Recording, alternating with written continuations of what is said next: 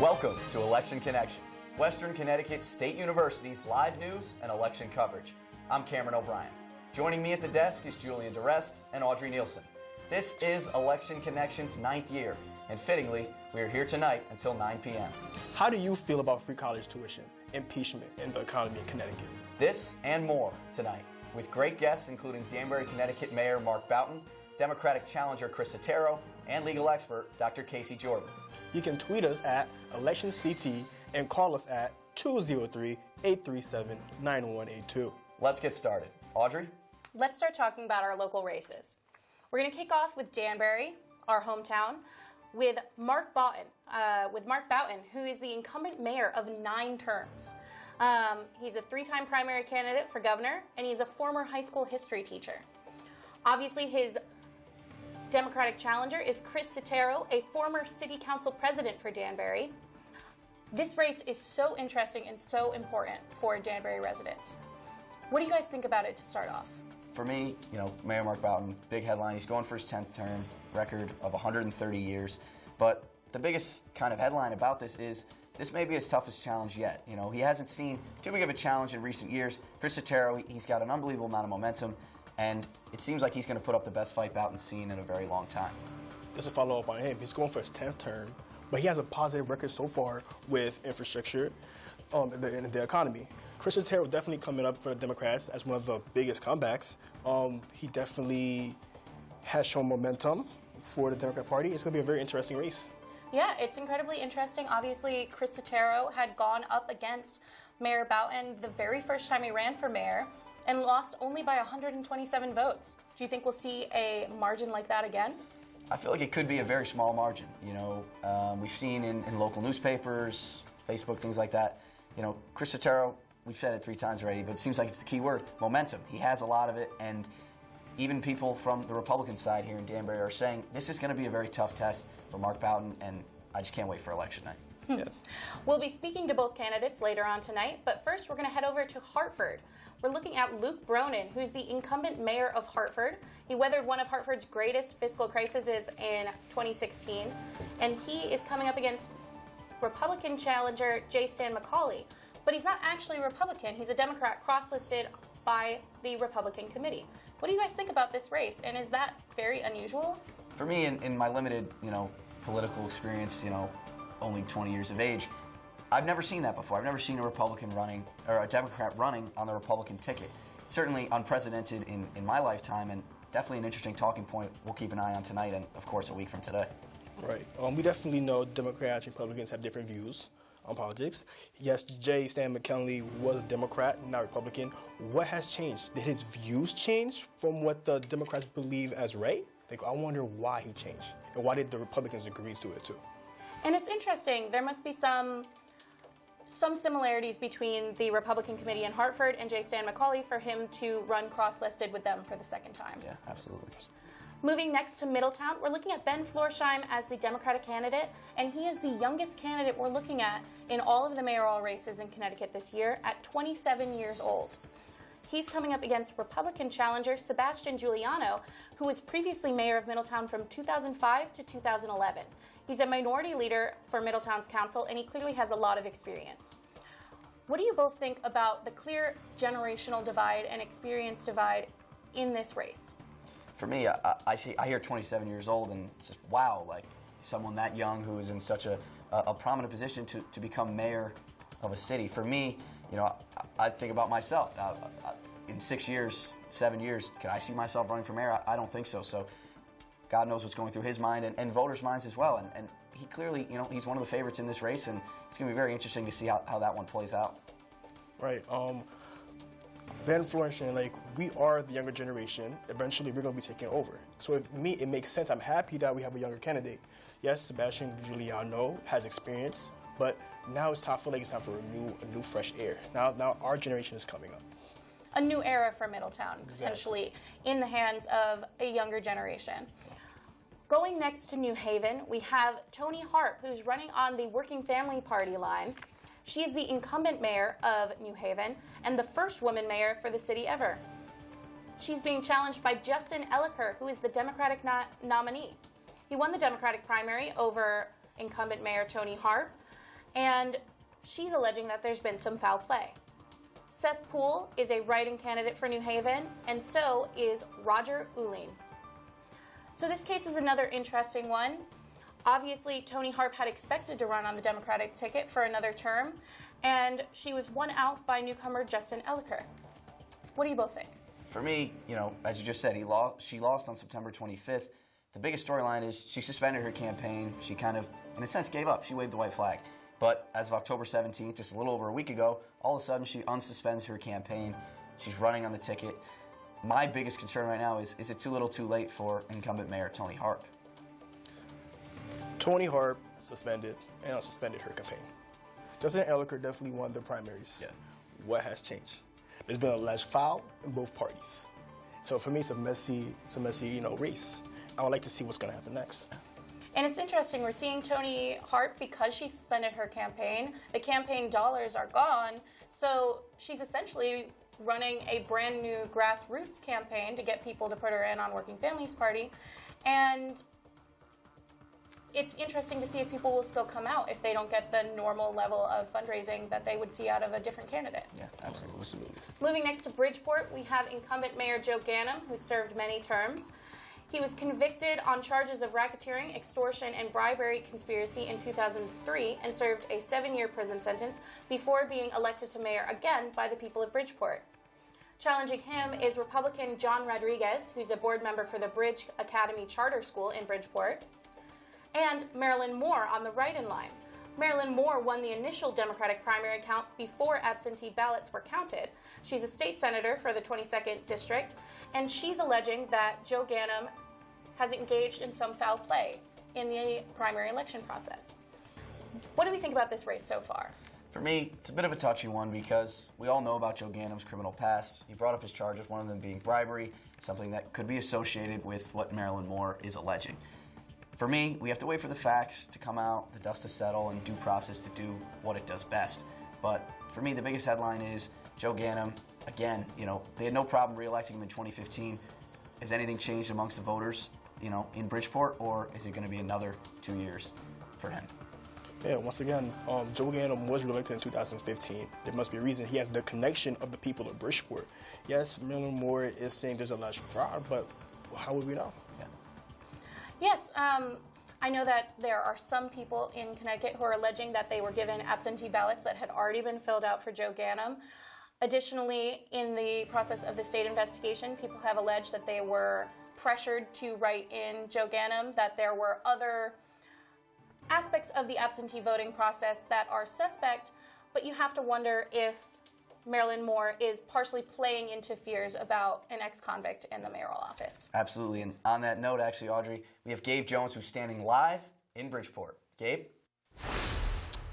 Here in Bridgeport, the election is really beginning to come to a head here, and voters are very anxious to see what happens. The court ruled that a second primary needs to take place due to suspicions of the first primary, with Ganim just barely winning with absentee ballots. Marilyn Moore's campaign seems to be still heading strong, even with the primary win, and John Rodriguez's campaign is not looking very bright, given the Democratic Party's 10-to-1 advantage with registered voters. That is where the story is for now, and we'll be keeping a sharp eye on how the election plays out in the final week. Absolutely, Gabe. And just a couple questions for you here. Are there any lingering signs of discouragement around Marilyn Moore's camp following that controversial primary? Not necessarily. People seem to be understanding why she is very suspicious of Ganim, given his criminal past. So you can get why she is making these suspicions very apparent to the public. Of course, and we look at Joe Ganim's experience as mayor. Will that impact voters come a week from today? Not necessarily. He seems to be winning over the voters' trust, and given that he had a 14-year experience as mayor before his conviction, that doesn't seem to be changing anytime soon. Well, thank you so much, Gabe, and we'll be checking in with you, I'm sure, at some point in the future for an update. Thanks. And on that note, Audrey, I believe you have something to tell us about college affordability and Johanna Hayes. Yes. So on October 15th, the Committee on Education and Labor introduced the Democrats' College Affordability Act to revamp the Higher Education Act.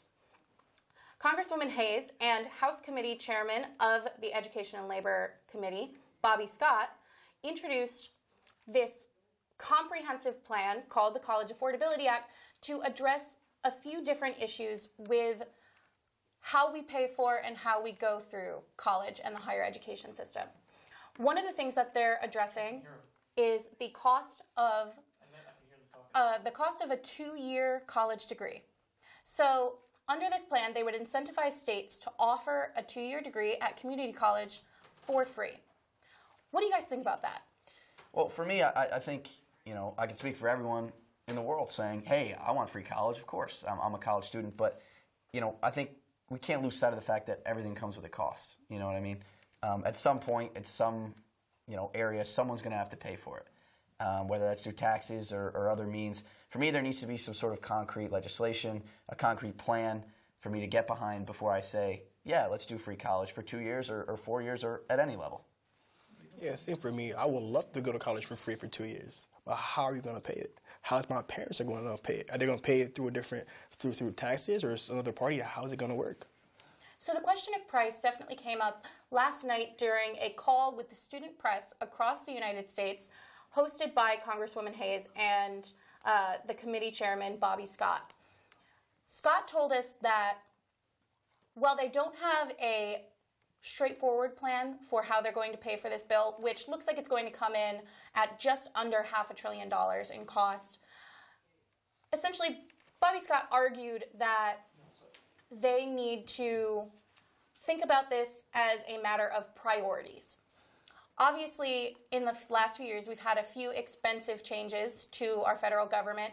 One of the acts passed by the administration had a massive tax cut for the wealthy. Committee Chairman Bobby Scott argued that the price of that tax cut more than made up for the investments that they want to make into education. In fact, he referred to it as a down payment on an investment in our students' futures. Do you find that argument compelling, or are you worried that because they don't have a direct plan for funding the act that it will have a harder time getting through? For me, that's exactly what I'm worried about. I think a lot in today's political climate and political scene is a lot of people talking about what they want to do, but they don't really have anything behind it. There needs to be a concrete plan. There needs to be some sort of legislation put forward or, as I just said, a concrete plan that people can get behind before I say, sure, let's dish out $500 billion or whatever it may be. Yeah, I'll be worried too. Put myself in as an average citizen.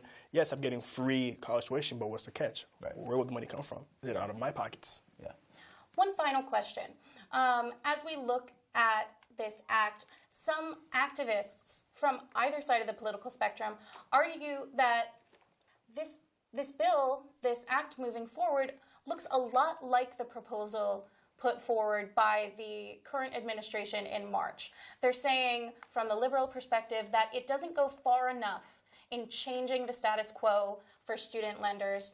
And the other argument is that if the Republicans have put forward a bill that addresses most of our concerns, then shouldn't we be going forward from a bipartisan perspective?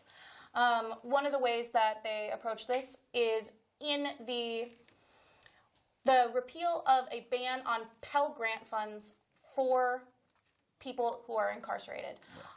During Bill Clinton's administration, he repealed the use of Pell Grants for incarcerated individuals. He made it so that they couldn't access Pell Grants to get their degree while they were in prison. And both the Trump administration's proposed act and the College Affordability Act move to remove those restrictions and make it accessible for incarcerated individuals. What do you both think about that? For me, I think one of the biggest issues in prison reform, it's a major issue in this country, no question about it. One of the biggest issues is where do people turn when they get out of prison? Recidivism is a very, very real issue. Giving convicted individuals the opportunity to get an education, 2-year, 4-year education, whatever it may be, so that when they come out onto the other side, they have a possibility of getting a job that can help support them and their families, rather than turning to doing the same crimes or what got them in prison in the first place. I think it's something that we need to push forward, and we need to give criminals and convicted felons and these people behind bars an opportunity to have a better life when they come out on the other side. Yeah, I mean, it's called a corrections facility for a reason. We can't come out of jail to go back to doing the same thing as selling drugs. I believe it would be great for them to have something to come out with. Yeah, well, absolutely, and this is something that I'm sure we'll be discussing as the week goes on. For now, stay tuned. We'll be right back with a couple special guests. Your sneeze produces 5,000 bacteria-filled droplets, and they can travel 10 feet. So sneeze into your sleeve, and you'll reduce the spread of infection. Get the facts. It's good for you, Connecticut. It's good for all of us.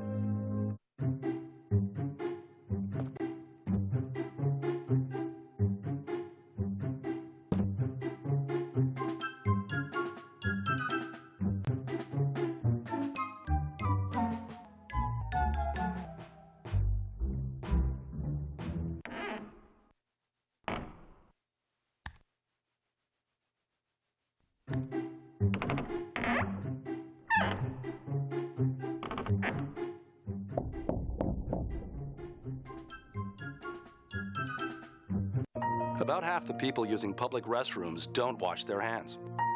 But it's the most effective way to prevent infection. It's simple. Just wash your hands. Get the facts. It's good for you, Connecticut. It's good for all of us. You're watching Election Connection, our live news and election coverage over Danbury Comcast Channel 97, WXCI 91.7 FM, and streaming over at wcsu.edu/live. If you have a question or comment, call in now at 203-837-9182 and tweet us at ElectionCT. Joining us now on Election Connection is Nelson Merchant, Business Advisor for Connecticut Small Business Development Center, and Deborah Freeman, entrepreneur and owner of OEP Soapery. Mr. Merchant and Ms. Freeman, welcome to Election Connection. Thank you for having us. So first and foremost, I want to start with you, Deborah. Your business started in 2017. What kind of journey has that been so far? It's been an awesome journey. It's been fun. I've learned a lot. I've learned a new passion. I've got to be creative, and I'm enjoying it. Yeah. And so why OEP Soapery? What was the inspiration behind the name? OEP Soapery is a combination of my favorite things. So O is for orange, which is my favorite color. Elephants are my favorite animals, so E. And I like to garden, so I have little garden patches, so that's what P stands for. And then I make soap, so Soapery. That's awesome. Thank you. And can you tell us a little bit about your products? I make handmade artisan vegan soap products. They're very creamy. They're plant-based ingredients only, no animal byproducts. And I make them decorative, so the tops are very fancy and cool. Yeah. That's what my customers like. That's awesome. Thank you. And now, Nelson, you're a business advisor for SBDC. Can you tell us a little bit more about what you do? Well, it's a Small Business Development Center. SBDC is a wonderful service. We want to help people who want to start a business, and we want to help companies grow. So it's a free service, and it's confidential. And it's quite easy to become a client. You go to the website CT for Connecticut, sbdc.com, and in less than 2 minutes, you can become a client of ours. And the objective, again, is to run a more successful business, more profitable business. That's great. And now, you played a big role in helping Deborah start this business. Can you shed some light on that process? Well, we always start with a conversation. Right. We want to know where the client is coming from, what are their dreams, and get to know the product. In the case of Deb, it was easy because, she's very well connected.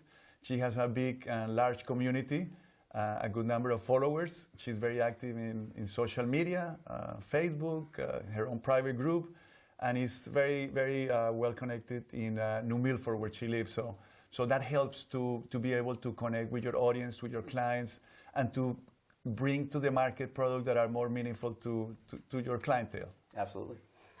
Considering those ways that you've succeeded in starting off your business, Deborah, what are some pieces of advice that you would like to share with Connecticut residents who are also interested in starting their own small businesses? The first thing I would say is do something that you're passionate about. Do something that you love. Don't just start something because you think it's cool, because you will fade away from that quickly. Go and see Nelson or one of his co-partners and get direction and figure out what you're going to do. Build a business plan and just go for it. Just dive in and go for it and enjoy the ride. Enjoy what you're doing, because it's your business, and you shouldn't regret and hate going to do it. So, speaking of that, what made you see yourself as a future business owner? What helped you through that transition? Well, being unemployed, I've been unemployed for quite a few years now, and trying to make the ends meet, I've had to figure out something to make money. I'm very artistic and crafty, so I've worked in the paper craft industry, I've cooked food, and I've tried to sell all those things, and I started crocheting, and I was selling those, and I discovered I needed to make my own soap to go along with those, so I started making soap, and I love it. So that's how I got into it. That's awesome. And Deborah, actually we have some clips right now of some of your products. Oh, great.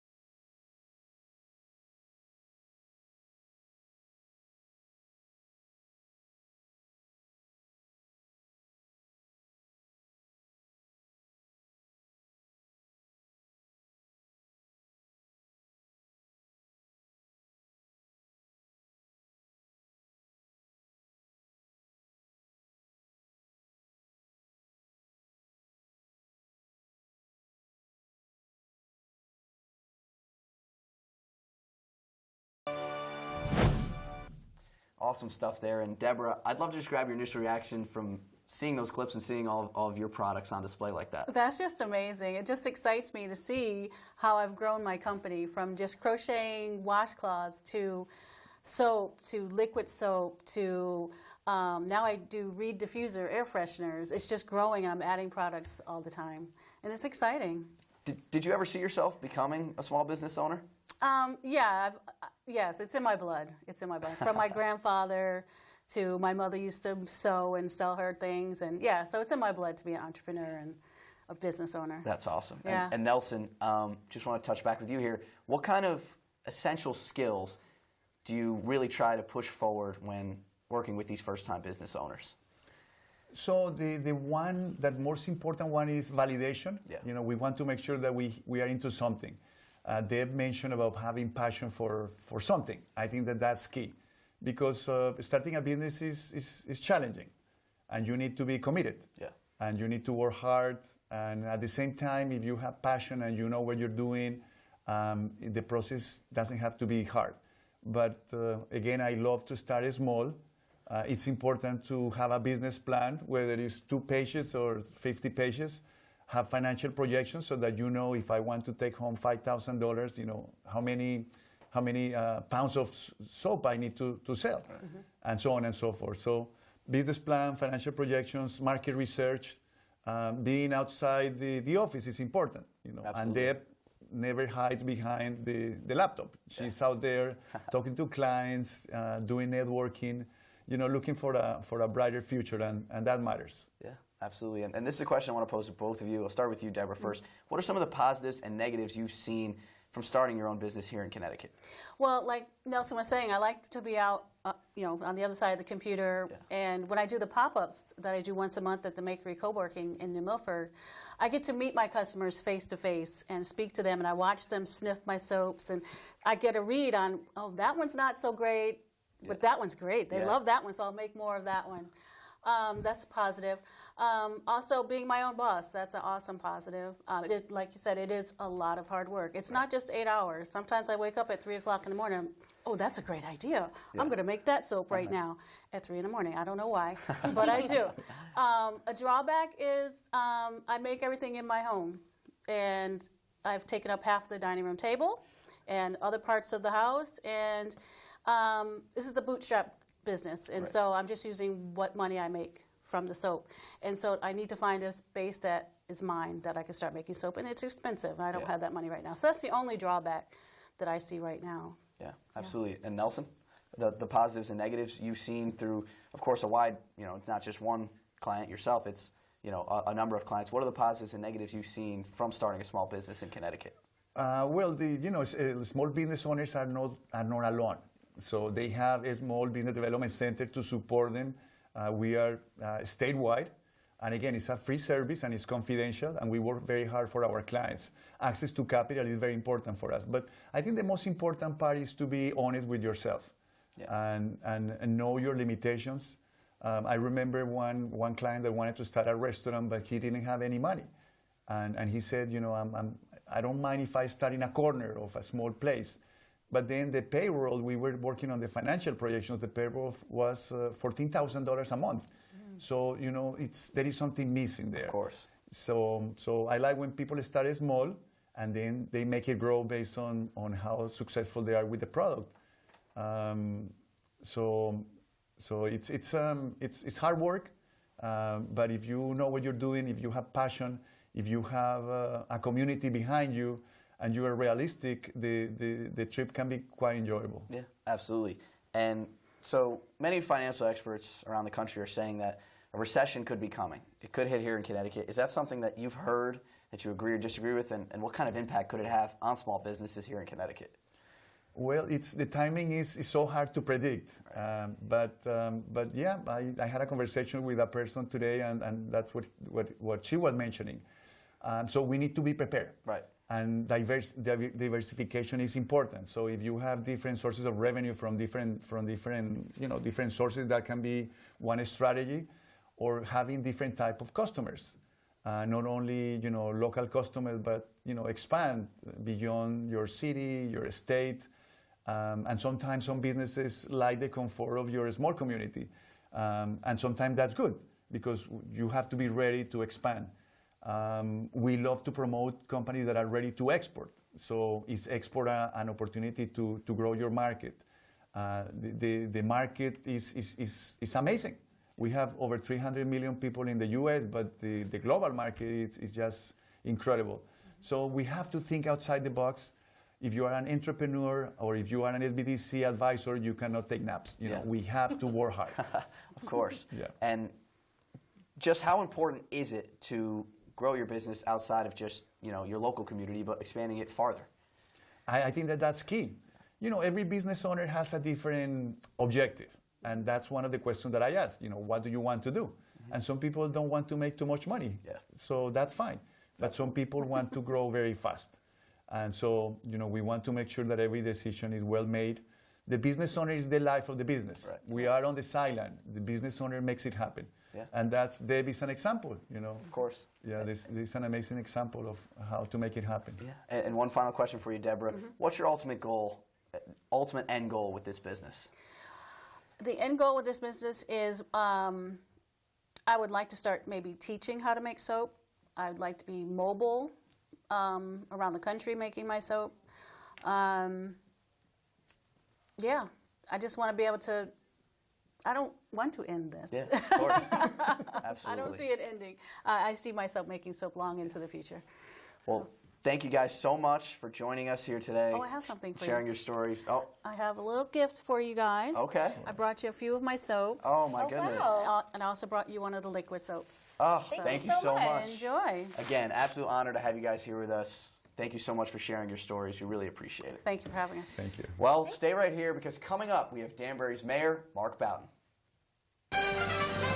Election Connection. Pretty exciting night. Welcome in, ladies and gentlemen, to Live Election Connection. Welcome back to Election Connection. It's Election Connection. All of the late-breaking poll numbers and the stories as they develop. It's okay to talk to the other side. It's okay to work with the other side. We haven't had enough of that. People will say that this has become one of the most personal campaigns and governor races so far in history. The Republican candidate shot himself in the foot. I don't know if she's desperate. Tonight's a very, very important night because the balance of power can shift. First of all, if they have a child here, it's an anchor baby. That child's an American citizen. Anchor baby. That's the legal name for it. I'd like to call it a baby. You're not going to like what I'm going to say. No, it doesn't matter whether I like it. What's going to happen? Clay Cope, he's a very staunch defender of the Second Amendment. So tonight I'm going to be giving an overall analysis of the current outlook of the election. We're going to go to a caller right now. You're live. Live Election Connection. Election Connection. Tuesday, November 5th, 8 to 11 p.m., Channel 97.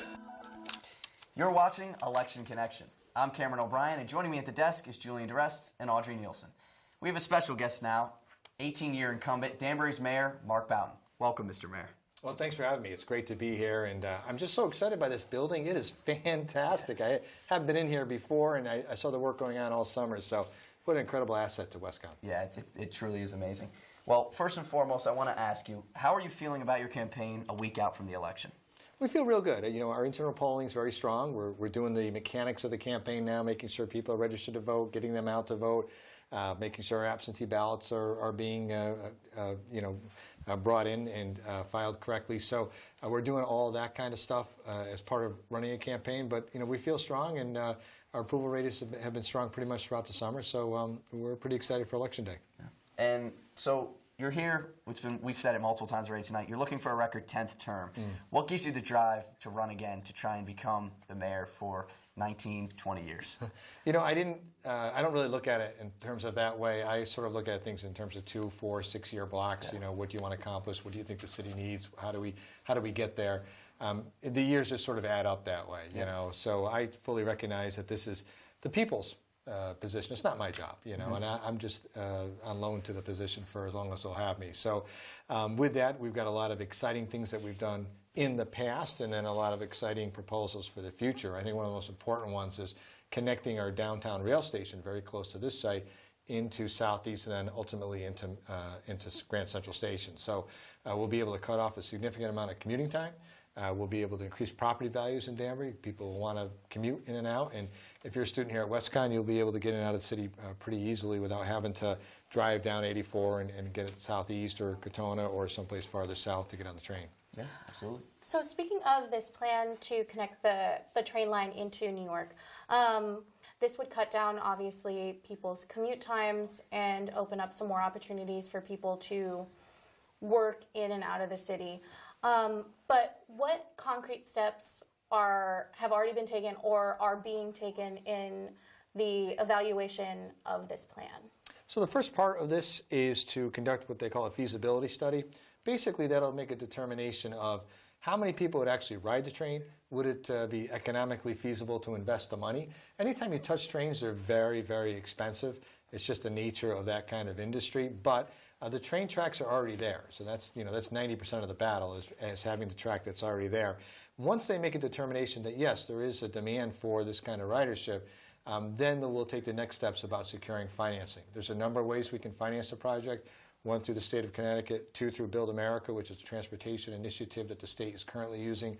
We ourselves, the city, will put some money into the project in terms of the new multimodal transportation center that we want here. So basically, we want you to be able to walk down to the train station, get on a train, or get on a bus, or get on an Uber or a Lyft, or stop at one of the 2 restaurants we want built there to be able to get something to eat and to be able to pause on your journey wherever you might be going. And we think by doing that, we get people up out of their cars, we get them off the highway, we free up traffic at exit 1 and 2, which we know is always a headache at 5 o'clock at night, which we know 70% of those people going up and down 84 are commuting in and out of New York and White Plains, and we'll be able to have a little bit easier commute for everybody involved. So first step, though, is to do that feasibility study, and that's what they're working on right now. The MTA has authorized $1 million to spend on that study. It's comprehensive. It'll take about a year.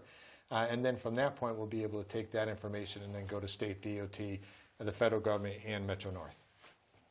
Amazing. And we've talked a lot about, your tenure as mayor. It's been 18 years, very long time.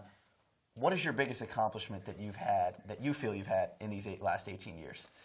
One of the things I always talk about, and it's boring, I get it, but it is something that's important, is being able to keep our financial house in order through 2 recessions. Remember, post 9/11, I took over. We had the first recession, then we had a second, the Great Recession, which just about bankrupted a lot of cities and towns across America. Danbury has always been fiscally strong, and that requires tough decisions, fair decisions, decisions that you're trying to touch as many people as you can in the right way without leaving people on the margins out. We've been able to do that and had our bond rating increased by Standard & Poor's to AAA. So we can borrow money cheaper than the United States of America can. And because of that, we're a stronger community. It's not something you read every day. It's difficult, complex. People get bored by it. But that is, really one of the most challenging things that I think I've done in 18 years as mayor. Absolutely. And just on that note, it's very easy for people to talk about some of the successes that they've had, but it's also very important to recognize potential shortcomings. What would you say is the biggest shortcoming or even failure that you've had in these last 18 years? Well, I think, look, there's failures and then there's failures, right? There's things that you do on a daily basis going, well, that didn't go too well, right? So maybe we need to regroup and rethink. And then there's much broader things where big picture-wise you say, well, that probably wasn't the right decision at the time. Look, I think communication is always a key, and how you communicate things to people is critical. And if you don't communicate it the right way, and it's a lesson I've learned, things definitely get out and spun in different ways in different directions, even if you're unwittingly, part of that. So you really got to be careful what you say, how you say it, and what your intentions are, and be very transparent in doing that. I think we've been able to do that, but there are times when, it's a simple thing that we wanted to do got turned into something. I'm like, no, that's not what we're doing. And I'm like, okay, that didn't work out too well. So, and that happens, right? So whether it's a project downtown or whether it's a new restaurant going in somewhere or whether it's some other policy decision made, you've got to be able to communicate that well. I think more often than not I've been right, but of course there are times when, it just didn't go the way you wanted it to. Of course, yeah. Mr. Mayor, according to the News Times, there was a surprise 5.6 student increase in the population. Yeah. How is your administration dealing with this for the future? We currently have a task force that consists of parents, union members, our consultant, as well as our engineer and a host of other interested stakeholders that are meeting right now to make determination about how best do we acquire and deploy more space for our students. Right now, we're okay. Everybody's got every child has a seat, every child has a book, every child has a teacher. That's good, but I'm more concerned as well, what happens if next year 350 more kids show up? What do we do then? So we've got to make sure that we have a contingency plan in place to handle that. First step is to understand what happened this year. That's what we're doing right now. So our what we call demographer, the person that studies the movement of people, is going to do a presentation November 6th to us and say, okay, I said we'd only have a 1% increase, which is about a little under 100 kids, but we didn't have that, and here's where I went wrong, and so here's why it went wrong. So we want to look at that and be able to make some strategic decisions next year about space. But we'll handle it, we'll manage it, and again, every child will have access to a quality education. I do want to say we've done some of our own work through our health department. We've actually gotten every registration of every student in the city that was new, just to kind of do a heat map to determine where did they register, what parts of it, and what neighborhoods are they from, or where are they not from in some cases, just so, again, we can start understanding what some of the movements of people back and forth in the community. Speaking of the unexpected growth in Danbury's education system, your opponent, Chris Setaro, claims that your administration had no plan to manage unexpected growth. Here's what Setaro had to say at our recent mayoral debate. We're going to play a clip for you of the audio from this debate. Do a little bit of scratch on an envelope and figure out everything that Chris has proposed tonight. Essentially, Setaro made the argument that as the education system grew and as our population in Danbury grew, that your mayoral administration wasn't prepared for these growing pains, essentially. What can you say to Danbury residents about your plans for unexpected changes and how your administration addresses new problems for Danbury? Well, I would just say that's just simply not true. I mean, we've been meeting and discussing expansion of our schools since 2002 in anticipation of these kinds of things happening. And we've absorbed almost 2,000 students in our system without any problem. So it was only this last influx of students that really wasn't predicted and is unplanned that became challenging to us, and that will require us to do some retooling of some of our buildings. But we've expanded 3 elementary schools, we've added a middle school, we've added a new wing to the high school. All of these things have been in place specifically to address the growth of our community and the growth of our school system. In particular, one of the things that he's pointed to is, well, the West Side development has spun off all these kids, and that's just simply not true. I pulled every single registration, as I mentioned earlier. Not one new student is coming from that West Side development. So this is something different. It's not, that we've never seen before. It's also happening in Norwalk, where they had a similar situation, where they got 400 new students and were sort of taken by surprise. But we have been working and managing on this, and even though it's hard sometimes to plan for unexpected, well, that's why it's unexpected, right? If it's expected, you can plan for it. If it's unexpected, you got to be, try to have a contingency plan in place as well. So again, every child every morning has a school to go to. They have a seat. They have a teacher. They get the special needs that they may or may not need, and it's worked out well. I'm more concerned about, okay, what about next year? What about the year after? What about the year after? Can we expect this kind of growth every year? And what do we do if that is the case? You've mentioned, switching gears a little bit here, one of the things that's come up in this election that's been thrown around is the term forever mayor, since you've been here for 18 years. You mentioned before that you felt you were a bit of a custodian of the position, that you're just holding it until the next person, comes through and the next person is elected through it. What's your take on the term forever mayor, and can you expand a little bit on what you touched on earlier? Well, look, I serve at the pleasure of the voters of the city. It's up to them to decide whether or not they want me to be mayor for another 2 years. So they'll make that decision next Tuesday, right? So at the end of the day, people can throw around whatever terms they want, but every person in the city has the right to vote. They have the right to have their voice heard. If they want me to continue on the job, so be it. If they don't, then I understand, and that's how it goes, right? I mean, at the end of the day, as I said to you earlier, I fully recognize that this job belongs to the people. It's not per se my job, but I'm just blessed and honored to be able to do it. And if they want to have me for another 2 years, I'm happy to work for them. Absolutely. And you touched on the issue of schools, overcrowding schools. We talked about that at length a minute ago. You talked about expanding the railway system to Grand Central. What are some of the other plans you have if you are reelected for the next 2 years?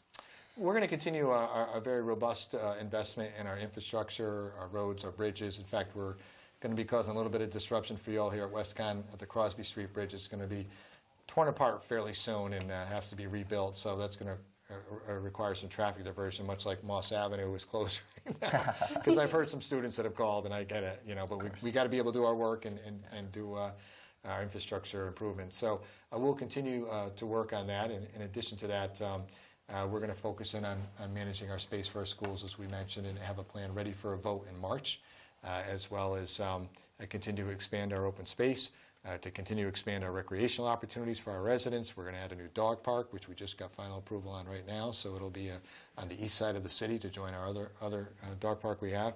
We're going to cut the ribbon on a $2 million track that's at Danbury High. That's just about done as we speak here today. So we've got a lot of exciting things that are happening in our city, and we've got a lot of exciting private investment. And I think that's also the great Danbury story. Lowest unemployment rate in the state. Today we announced that crime is down again this month, 18.5% overall for the entire year.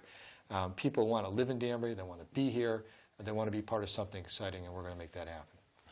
Well, Mr. Mayor, we actually have a phone call right now ready for you. John B. from Danbury is calling in. Hello, John.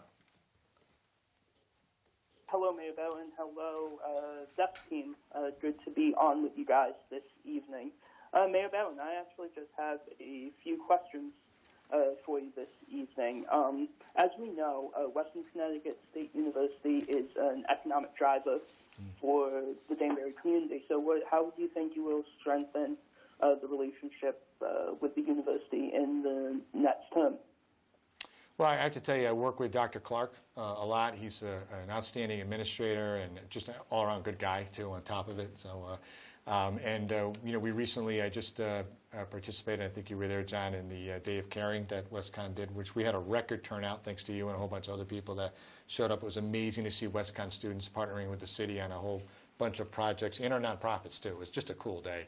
But I also think there's opportunities, things that we can do beyond that. We're very close to renaming the Marian Anderson, naming the new Performing Arts Center after Marian Anderson, who was a Danbury native.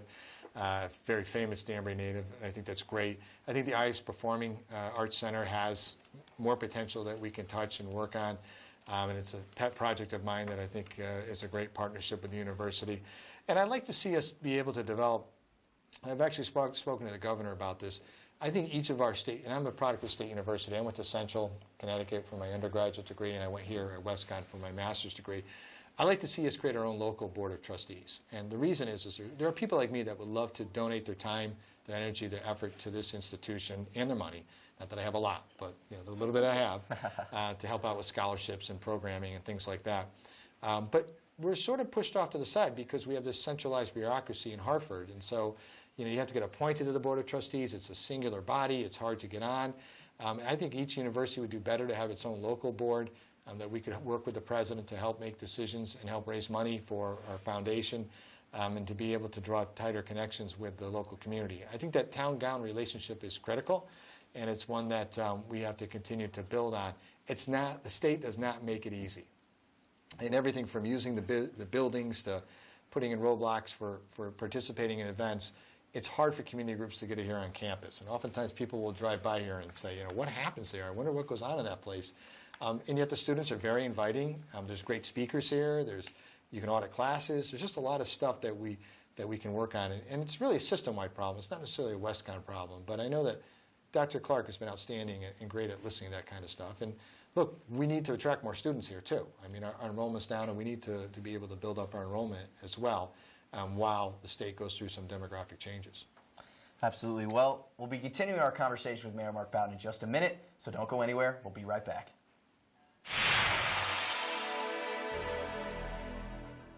Told me what I couldn't wear. When he started getting possessive and dictated who I could talk to. When he said he would never hit me. That's all going to change. Enough is enough. Let the Women's Center of Greater Danbury help you. Who is Ryan? He's my big brother. My mom said he went away with his friends. I hope he comes back soon. Why is Ryan the best brother? Sometimes he tucked me in bed. He always got me off the bus.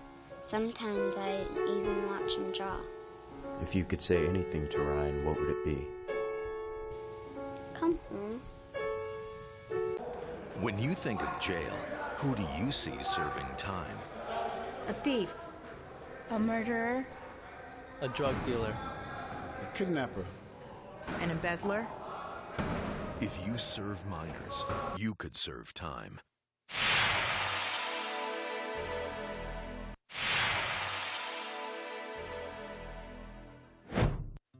My best friend since childhood. My mother. My child. She was 26 years old. 82 years old. I was 25 when I killed my best friend. I was 56 years old when I killed my mother in a drunk driving accident. I was 35 when I killed my child. Please drink responsibly and drive sober. Don't let the people you love become another statistic.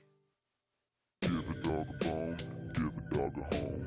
Give a dog a bone, give a dog a home. Yo, my name is Ali and I need a home. Please give me a backyard with grass and trees for me to roam. I like hole digging, water drinking, and cow sitting. My favorite dog toy is a Hillary Clinton. So on behalf of all dogs, if y'all could help us, it's about 4 million dogs in animal shelters. So stay away from your pet shop, son. You could save a life if you adopt one.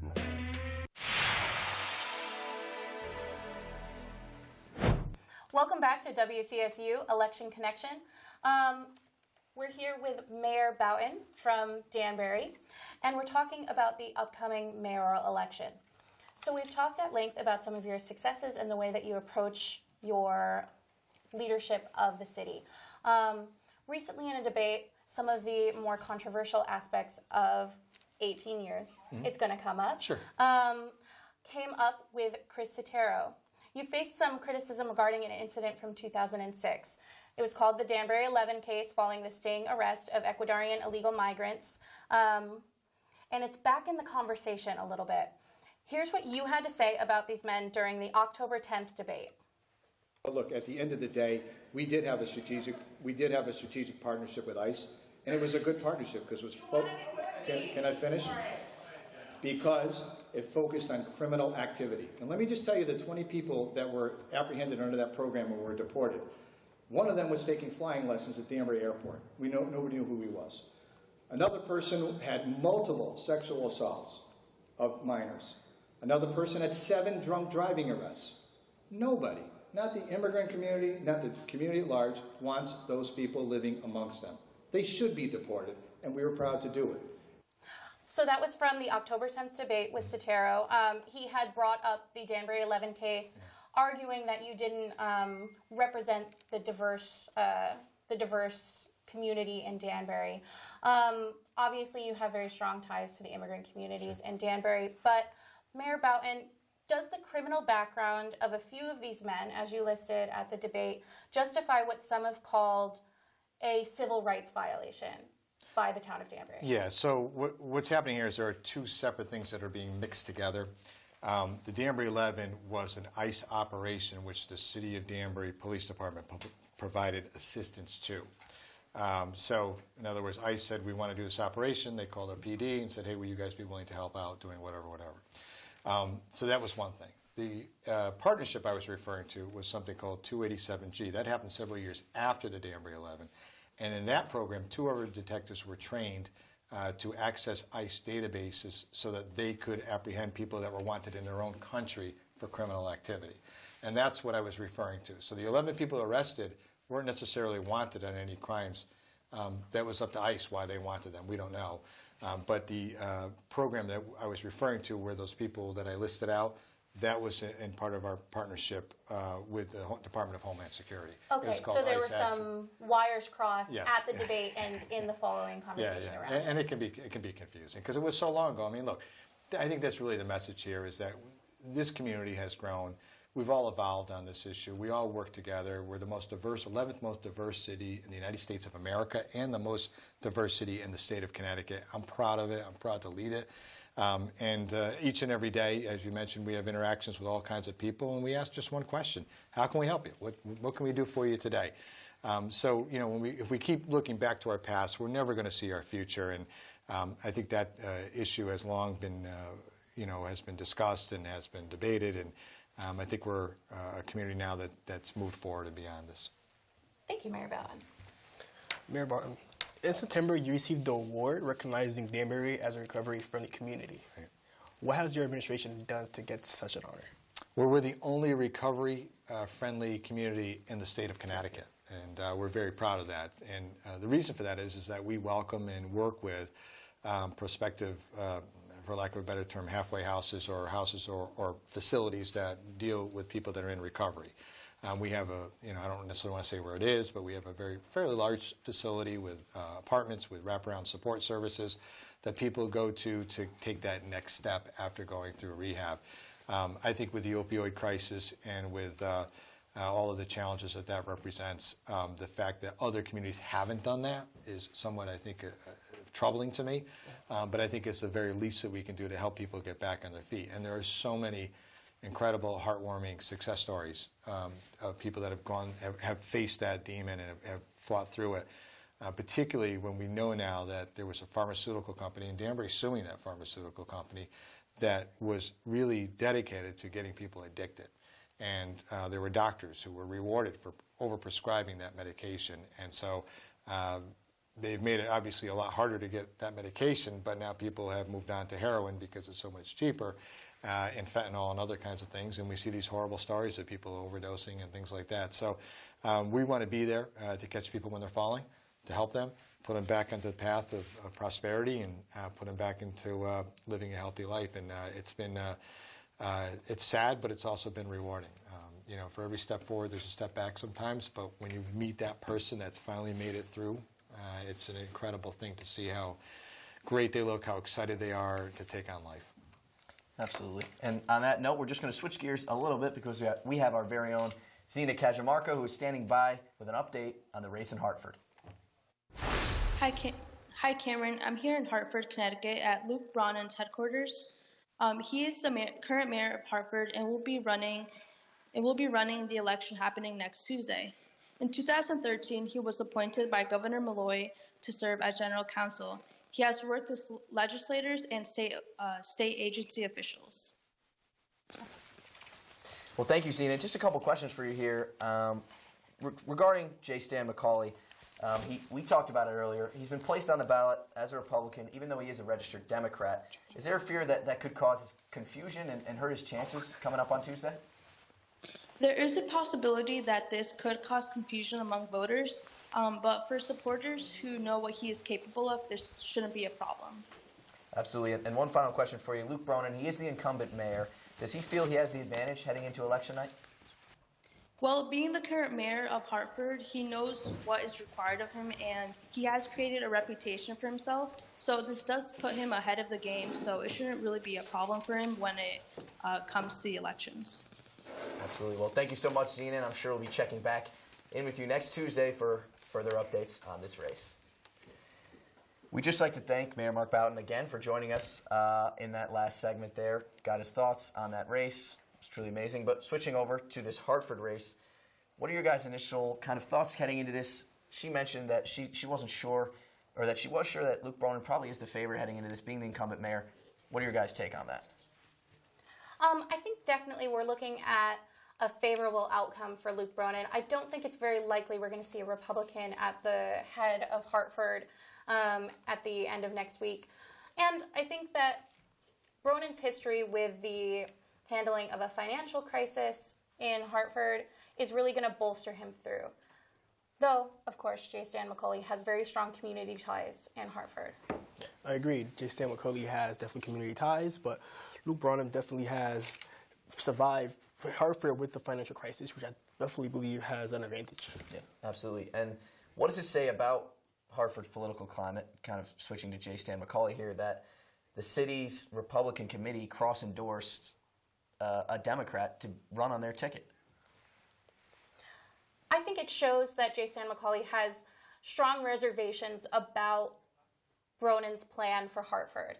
Enough that on the few things that they agree on, the Republican committee is confident that J. Stan McCauley would bring changes to Hartford that they're looking for, as opposed to the Democrat majority. Absolutely.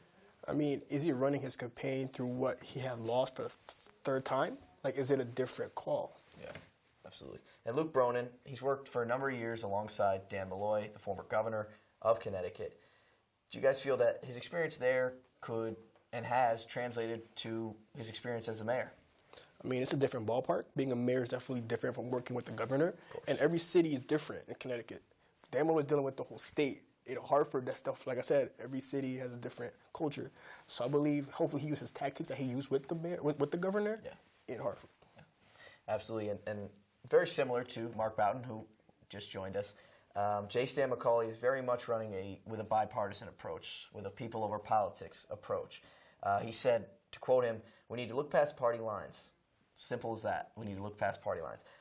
Will that attitude, do you guys think, help or hurt him in a tough race? I mean, I don't know, because, like I said, you ran as a Democrat before, and then you ran as a Republican. Why not a write-in if it doesn't really matter? So why you choose to be a Republican? Yeah. I think that it shows that McCauley is focused on a community approach to running for mayor, that he's trying to pull on his community ties.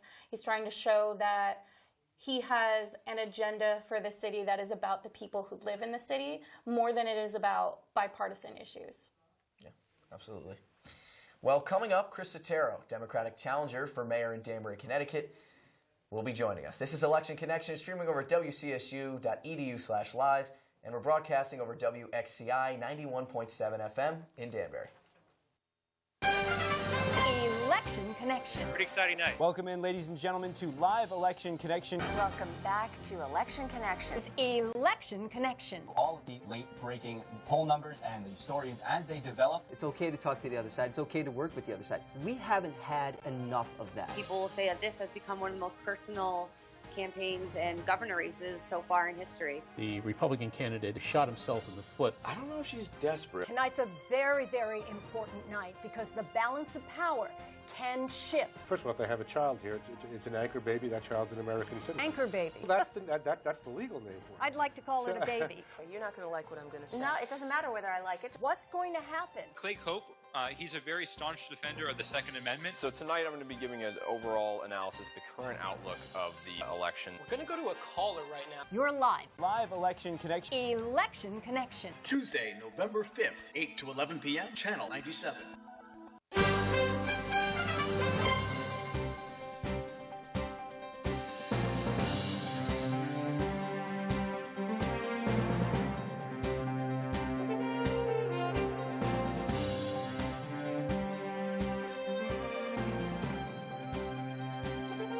Welcome to Election Connection, Western Connecticut State University's live news and election coverage. I'm Cameron O'Brien, and joining me at the desk is Julian DeRest, Audrey Nielsen, and Democratic candidate Chris Setaro. Have a question or comment? You can tweet us at ElectionCT and call us at 203-837-9182. Mr. Setaro, thank you for joining us, and thank you for coming to our brand new Election Connection studios. No, thank you for having me. I'm very happy to be here. And just before we get into it, Audrey has a correction she has to make from a previous segment. From our field reporter in Bridgeport, we just want to correct that the judge is issuing a ruling Thursday on the Bridgeport absentee ballot case. He has not yet ruled that Bridgeport will need to run their primary again before the November 5th election. Thank you, Audrey, for that. And Chris, we'd like to get right into it. Sure. What was the main decision behind deciding to run for the mayor of Danbury? Well, let me just say that I previously served on the city council for almost 10 years. I was a city council president, but maybe more importantly, I was born and raised in Danbury, and I have a deep connection to the city. I attended law school at Catholic University in Washington, D.C., and I came home. And as soon as I got home, I wanted to try to make an impact, to make a difference, and I found myself appointed to the city council to fill an unexpired term. And so, having lived here, I see that our city is at a crossroads after the last 18 years. And so, we've had the same administration for 18 years, and throughout our campaign, we've talked about what's flowed from the growth that the city has seen over that period of time. And so there's a new set of challenges that the city has changed, and we want to bring a new view, a problem solver's approach to these things. And so I think that our city really is at a crossroads, and it was the right time to get back in to bring really an approach that I think is more critical thinking to solve the problems and the challenges that face the city. Yeah, absolutely. And just on that note, many people have you going into election night as an underdog. Obviously, an 18-year mayor coming before you, the person you're battling up against. Do you view yourself as the underdog going into Tuesday night? I mean, look, here's what I think, right? I think that the voters decide, who's the victor and who's not. And in the end, the endorsement that we're seeking is the endorsement of the voters. But I can tell you this, that, what we've tried to do during this campaign is to reach out to people throughout the city. We realize, right, that elections are about people, and so is governing. And so it's important to include people in the process, both in the campaign and after. And so that's why in April, I decided to start going door to door. And so I knocked on over 4,000 doors, talked to people throughout the city. And the point is this, that we've brought forward an agenda, I think, that is one that cuts across all groups, all parts of our city to address the problems, whether it's the overcrowding in our schools or the roads in disrepair or a downtown revitalization plan that seems stuck in the past, that we want to bring a new approach and a new view. And we've talked to people all over Danbury, and they've responded because these are kitchen table issues that affect everyone. And so no matter the metrics, no matter the arguments about statistics or superlatives or third-party validation, in the end, no matter what, right? I think that's sort of incontrovertible that the schools are overcrowded, that the roads need attention, and the downtown looks like it always did. And that's why I'm running for mayor, right, so that we can bring a new view and address these challenges. Yeah, absolutely. One of the opposition arguments against Mark Boughton that you've put forward as well is against the term forever mayor, somebody that's been in office for quote-unquote forever. Right. Obviously, you're not a fan of that. Can you touch on, what are your biggest, grievances to that term? I mean, let me just, I understand what you mean, right? What you're sort of asking is, how long is enough? Right? How long is enough? And so, I've said in the campaign, how long is enough? Yeah. I mean, it's up to the voters, right? We don't have term limits here in Danbury. The charter doesn't call for that, and certainly it's up to the voters. And you know what? Fair enough, right? I respect that. Leaving it up to the people, how can you go wrong in that regard? But let me just say this, right? When it comes to governing, I mean, how long is enough? I mean, I don't think these were intended to be lifetime jobs. When I served on the city council, I was the president of the council, and there were 18 Democrats and there were 3 Republicans. And the Republicans had their seats because of minority party representation. Otherwise, there would have been 21 Democrats. And so when I was the council president, I thought it was important to reach out to the 3 Republicans, to talk to the minority leader, who was then Pauline Basso, to have good communication, and to go to their caucus after hours, the majority caucus, and to speak with them about what issues they felt were important, what they felt needed to be heard, what they wanted to vote on and sort of address on the floor, maybe take off the consent calendar. Because I thought it was important that their voices be heard, because I thought that one-party rule was too much. This is just, I'm speaking for myself. And this is what I think. And so, on a lot of issues, right, I just sort of do what I think is right. And I think that's the best way to govern. And I think that here, too.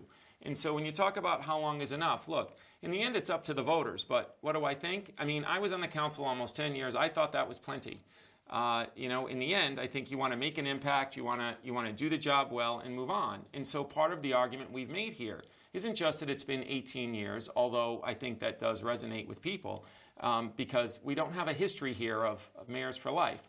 What there is, in fact, is an 18-year record. And so when you look and see that the roads are in disrepair, the schools are overcrowded, and that downtown looks like it always does, well, then the 18 years is a different kind of metric, isn't it? Why aren't these things addressed? And so what is the standard by which we judge an incumbent?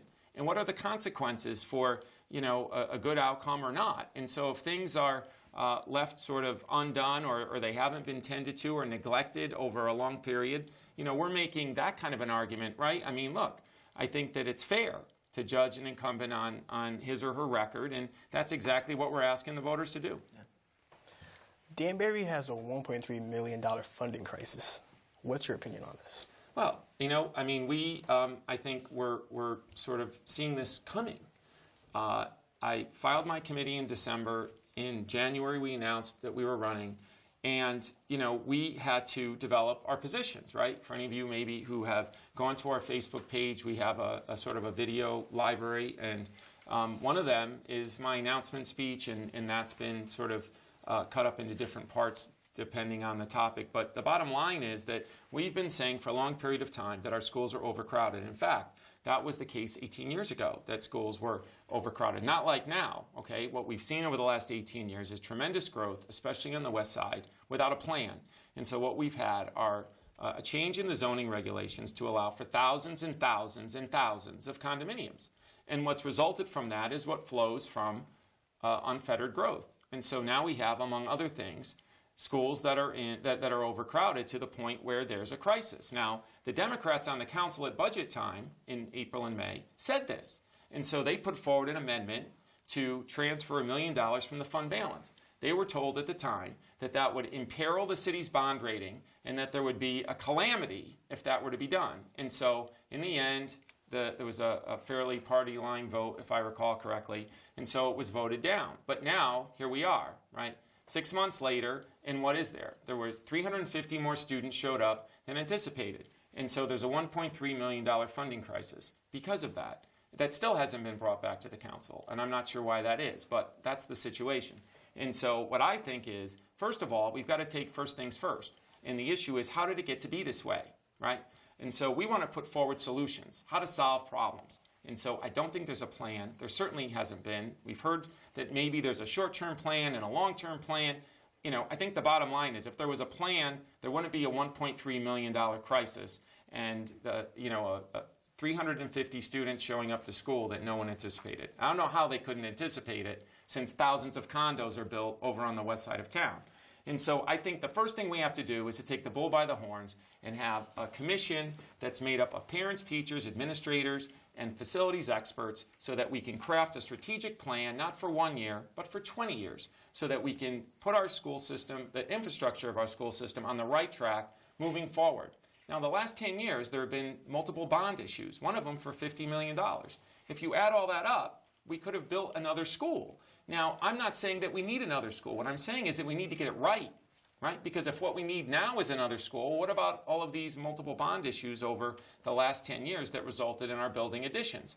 I understand the point of long-term bonding, and I understand why, it's an effective way to deal with capital improvements. But in the end, I think that we have to just have the leadership here to have a plan to get this right, because it's important. More importantly, what I'm offering, what I'm putting forward is a process, right? It's not just an outcome. We need a process that involves people, all the communities of our city, so that people have an opportunity to be heard, right? I've said sort of, as an example, not maybe exactly, but, it could happen this way, where there's a public hearing in every ward. There's 7 wards in our city. Why wouldn't we want 7 public hearings? So that people can have input, so that this commission made up of various people can hear what everyone has to say to craft this plan. Lastly, I would say, I'll finish real quick, but I've been door to door. People have said to me, I want to be on it. I'm excited about this. We have a candidate for mayor who wants to include us in a process here, and we want to be part of it. So, what I have to say about that is that I think that we need a new way, and that's what we're offering the people of Danbury.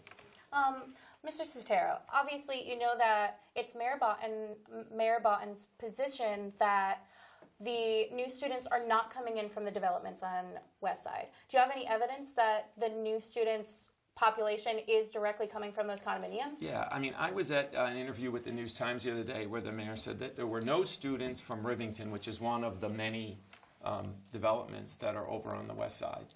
I don't have evidence there are students from Rivington. What I have is a report that all of us who are interested in this issue and involved in this campaign have, and this report came out at the beginning of the year. And what that report says that was sent to the Board of Education is that it's expected that there's going to be an influx of new students, and the bulk of them are going to come from the West Side development. And so that's where we get our information. Now, that's sort of the printed answer. Some of this is just common sense, right? We don't check our common sense at the door. And so it's hard to believe that there would be thousands of condominiums built over at Exit 2 and that there would be no students that would flow from that. That just doesn't seem reasonable, right? So, the evidence that I have is the fact that there's a report, an official report that was issued to the Board of Ed that says that the bulk of the students are expected to come from West Side Danbury, and I think that's accurate. Okay. Mr. Setaro, Mayor Mark Boughton has been very critical of your proposals and what he calls their potential cost to Danbury residents. Here's what he had to say about a potential financial burden to individual residents at October 10th's mayoral debate. Look, do a little bit of scratch on an envelope and figure out everything that Chris has proposed tonight. Your taxes are going to go up $1,800 for every home in this city. $1,800. Think about that. Mr. Setaro, is Mayor Boughton's financial analysis accurate? Are we looking at a potential tax increase with your plans, or what can residents expect? Yeah, absolutely not. I just think it's a scare tactic, because that's easier than actually dealing with the issues that we're putting forward that haven't been addressed in 18 years, right? So let's start with that. And so, no, there's not going to be a tax increase, and certainly not an $1,800 tax increase. That is not the case. And let me explain why, okay? First of all, let's take the main 3 issues that we've put forward in this campaign: the roads, the schools, and the downtown. And we'll take them one at a time, okay? And we can mention the police department too. The roads are in disrepair. We know that. I've been all over Danbury. It was for a while the #1 issue until September, when 600 students showed up at the schools, 350 were unanticipated. So, now that's the biggest issue. But up until then, up until September, it was the roads. And I can tell you that the roads all over town were not paved. people were screaming, and they had a right to, because they're feeling that we're paying taxes. Our taxes have gone up 25% over the last 10 years, and what are we getting for it? We can't even get the roads paved. And so I don't blame them. Some of these roads have to be rebuilt. They're in such bad shape. People believe local government should pave the roads, and you know what? So do I. It's an economic development issue, and it makes sense. So, sometimes you have to just look at what's going on and say, you got to do better. And so that's what I'm saying here. So we have to pave the roads. How would we do that? There's $4 million, and people don't talk about this, and I guess elected officials don't like to talk about it either. But as part of the budget every year, there's bonding that's done.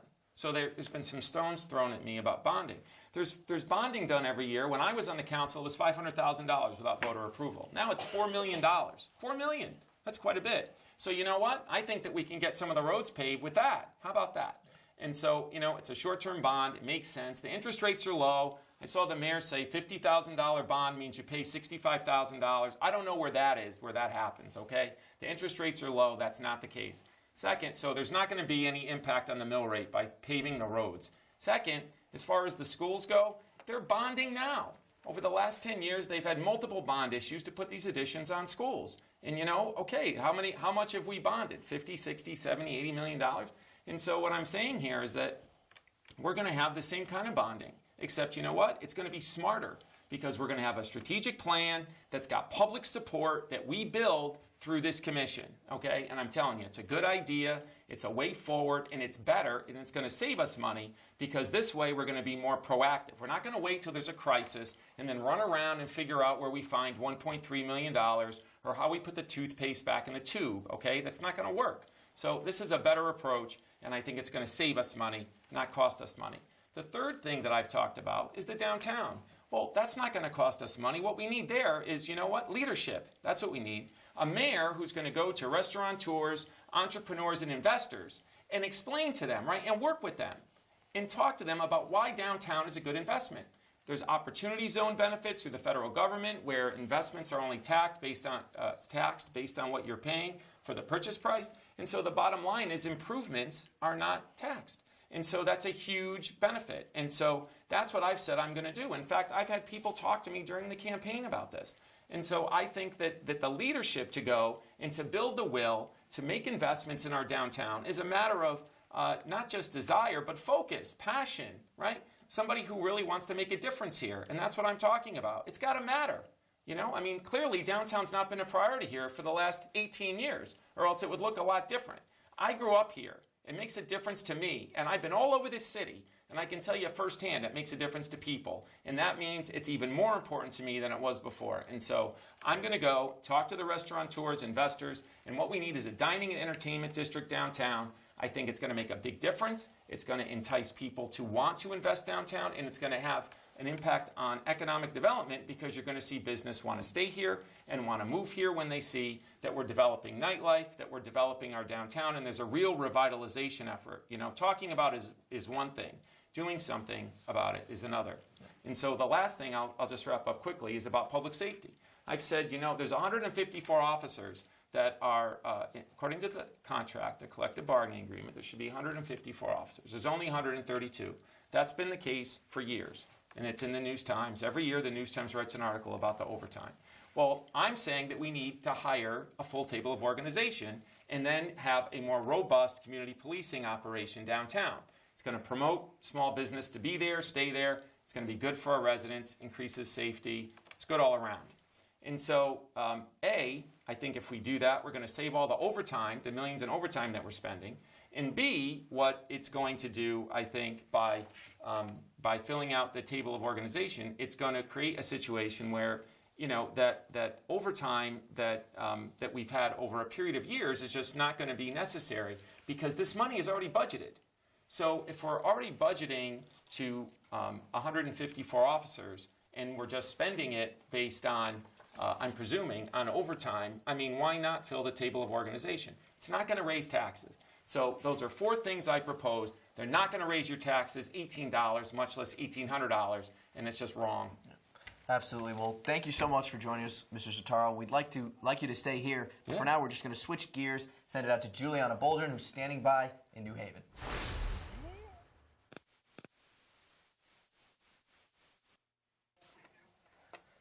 May have had may have had a bit of technical difficulties there. No worries. We'll continue our conversation here with Democratic candidate here in Danbury, Mr. Chris Setaro. You mentioned earlier that you were on the city council as the president for a number of years. Do you feel your experience there will translate into the mayoral office? Let me just tell you, that was one of the best experiences of my life, right? I was involved in city government. I was out talking to, not just voters, but constituents all the time. And I learned a lot, right? I mean, I was a little younger. And I can tell you that I learned a lot about our city and just how special it really is, right? When you learn the different, not just the different communities, but all that our city has to offer. When you're involved in it, you really see what a special place this is. But you also, are dealing with day-to-day governing, and it mattered. The city council is the local legislative body, also the appropriating body. So, taxing body. And so it's our local legislative body, and it's I thought was a fulfilling kind of experience. And so dealing with issues that had to do with taxation, funding education, and whether it was economic development, we were involved in that. Lots of things that made a difference to people, right? And some of it's mundane, sewer and water. And you learn about a lot of things, and I think that it's been very helpful. And I'll tell you why. Because all of those different issues that I dealt with on the council face the city every day now. And so having that experience, having been the president of the council, committee chair, I chaired an education committee that then was a liaison with the Board of Ed. So I went to all the Board of Ed meetings. Before I was council president, I went to all the Board of Ed meetings too. And so, you learn a lot about how our government works, about municipal governing, municipal budgeting, and that's why, I think that I can hit the ground running. I'm not going to need a long period of trial and error, that I know something about it. And, and I also live in our city, right? Been here my whole life. I have a small business, and I bring a small business person's problem-solving approach to this. An 80-hour-a-week, work until you get it done approach. I'm sensitive to people's ability to pay taxes, and I'm sensitive to the fact that we need effective government. I've said before, I don't want to be the longest-serving mayor. I want to be the most effective. Absolutely. And let's see if we can just check back in now with Juliana, who hopefully has straightened everything out in New Haven. Hi, I'm reporting to you live from New Haven with the mayoral election that's taking place here next week.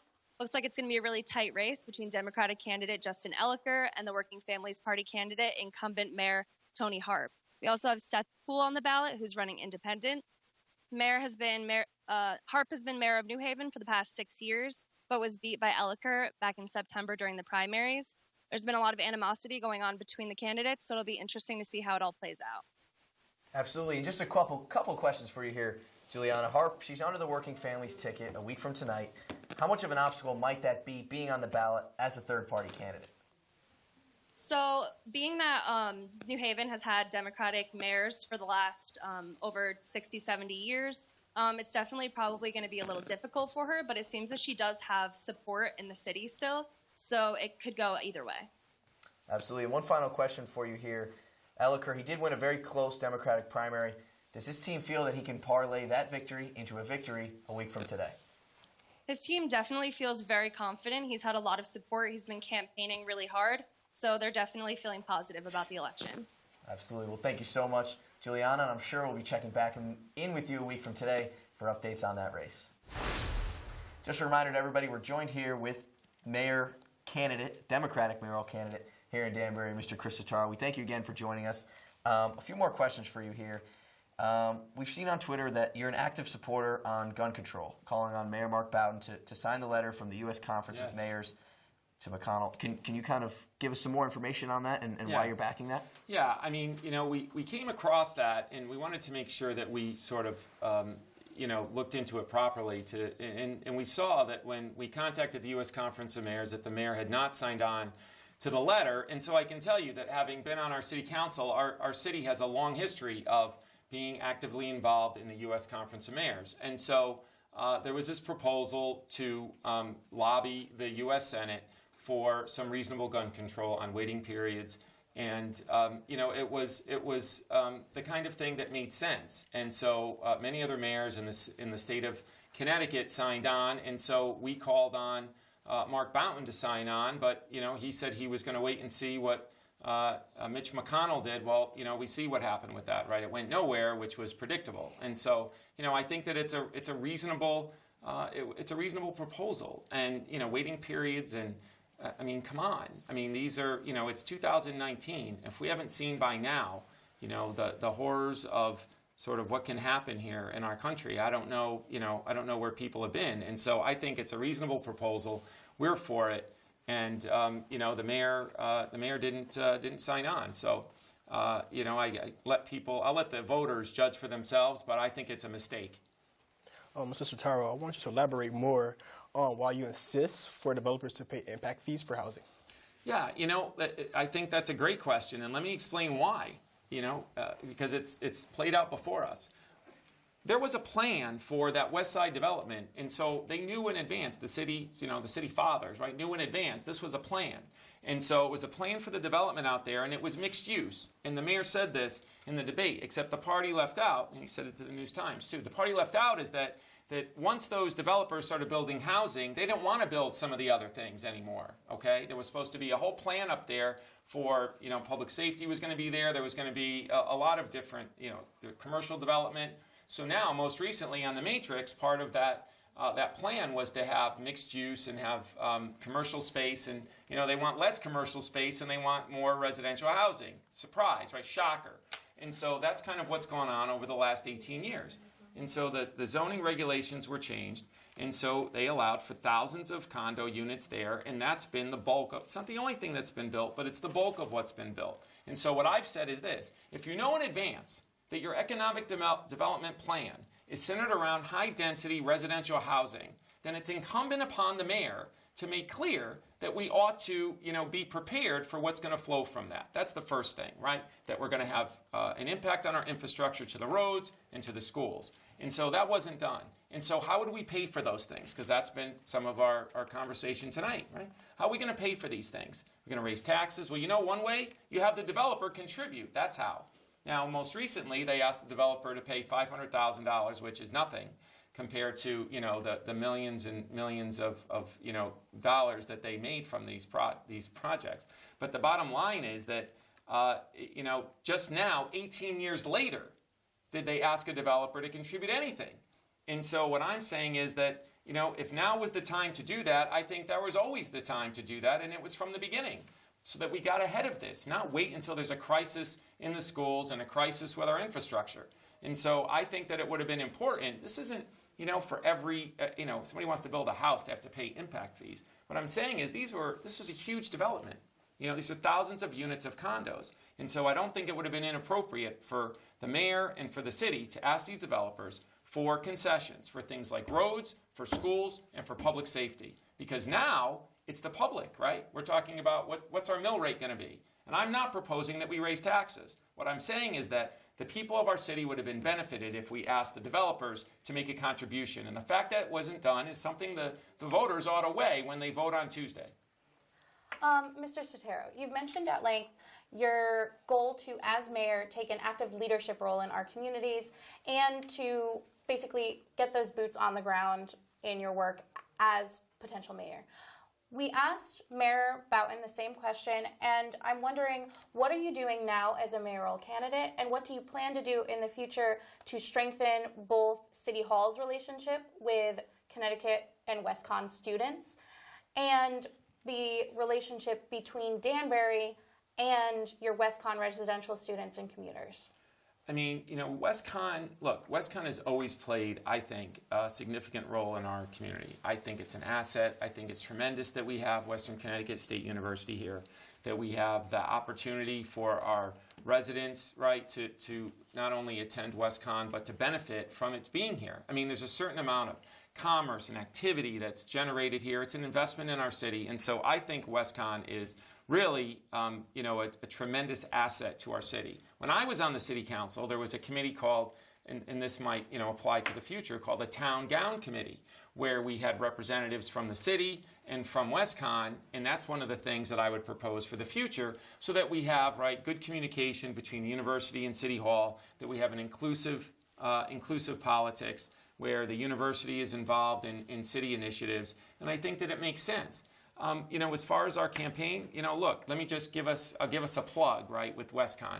In the last days in the campaign, I had the good fortune to see you folks at the debate and to, take a question and answer session. And, I would just say to the students of Western, you're here in Danbury. I know that many students are sort of involved in our community to some extent.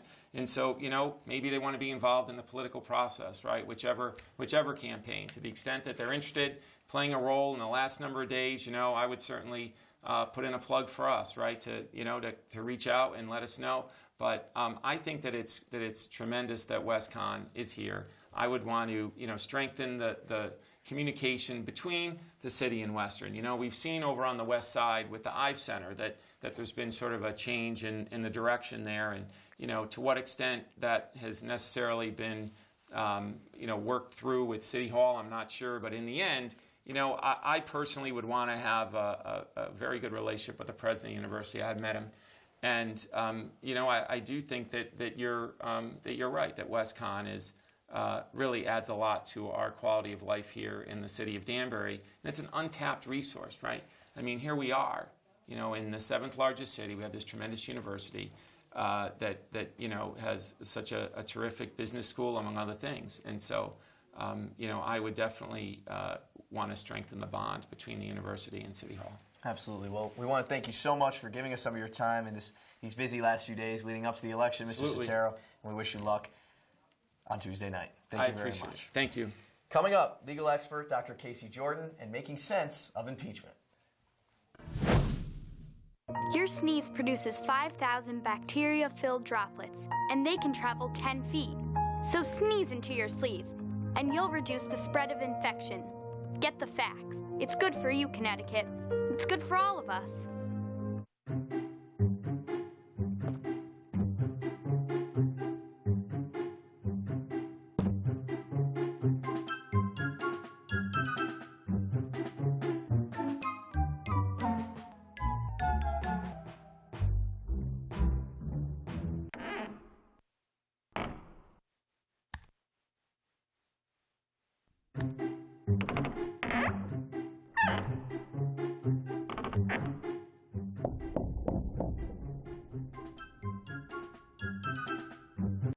About half the people using public restrooms don't wash their hands. But it's the most effective way to prevent infection. It's simple. Just wash your hands. Get the facts. It's good for you, Connecticut. It's good for all of us. Election Connection. Pretty exciting night. Welcome in, ladies and gentlemen, to Live Election Connection. Welcome back to Election Connection. It's Election Connection. All of the late-breaking poll numbers and the stories as they develop. It's okay to talk to the other side. It's okay to work with the other side. We haven't had enough of that. People will say that this has become one of the most personal campaigns and governor races so far in history. The Republican candidate shot himself in the foot. I don't know if she's desperate. Tonight's a very, very important night because the balance of power can shift. First of all, if they have a child here, it's an anchor baby. That child's an American citizen. Anchor baby. Well, that's the legal name for it. I'd like to call it a baby. You're not going to like what I'm going to say. No, it doesn't matter whether I like it. What's going to happen? Clay Cope, he's a very staunch defender of the Second Amendment. So tonight I'm going to be giving an overall analysis of the current outlook of the election. We're going to go to a caller right now. You're live. Live Election Connection. Election Connection. Tuesday, November 5th, 8 to 11 p.m., Channel 97. We'll be broadcasting live next Tuesday on election night as soon as the polls close from 8 to 11 p.m. We're broadcasting now over Danbury Comcast Channel 97, streaming over wcsu.edu/live, and over the radio at WXCI 91.7 FM. I'm Cameron O'Brien, and joining me at the desk is Julian DeRest and Audrey Nielsen. Have a question or comment? You can tweet us at ElectionCT and call us at 203-837-9182. Of course, we're also joined at the desk now by Dr. Casey Jordan. Dr. Jordan is a criminologist, behavioral analyst, attorney in private practice, and a professor right here at WCSU. She's also a contributor for CNN, serving as their in-house criminologist. Dr. Jordan, we're thrilled to have you here at Election Connection, and let's start talking about this whole impeachment process. It's really fascinating to me that this is happening in real time in the year leading up to the election. It seems like just a few months ago, Nancy Pelosi was saying there is no way we're going to pursue impeachment against this president because all it will do is polarize people. All of the people who love President Trump are going to jump on his team, and they're just going to end up with a more polarized, divisive election. And of course, Nancy Pelosi doesn't want to see him get elected again. So she's like, just, let's be smart here. Let's be strategic. Maybe he should be impeached. But all of this was before we had the whistleblower incident, and we have all of this news. So poor Nancy, our heads are spinning. Now Nancy Pelosi is getting on the news and saying, of course, we actually do think that we need to move together with impeachment because this information on the Ukrainian issue, which we can have a good discussion about, is what has changed her mind. But there's still a whole bunch of legal issues as to whether or not this qualifies as a high crime and misdemeanor, and whether or not the Senate would actually have a hearing that would get rid of him. Would this serve to actually damage him enough, President Trump, so that he couldn't win a re-election? Or could it actually bring people, his diehard followers, a little bit closer to center to say, you know what, this kind of goes beyond the pale. Maybe I need to rethink who I'm voting for and go with somebody who's just less controversial. Absolutely. So let's talk a little bit about the most recent news.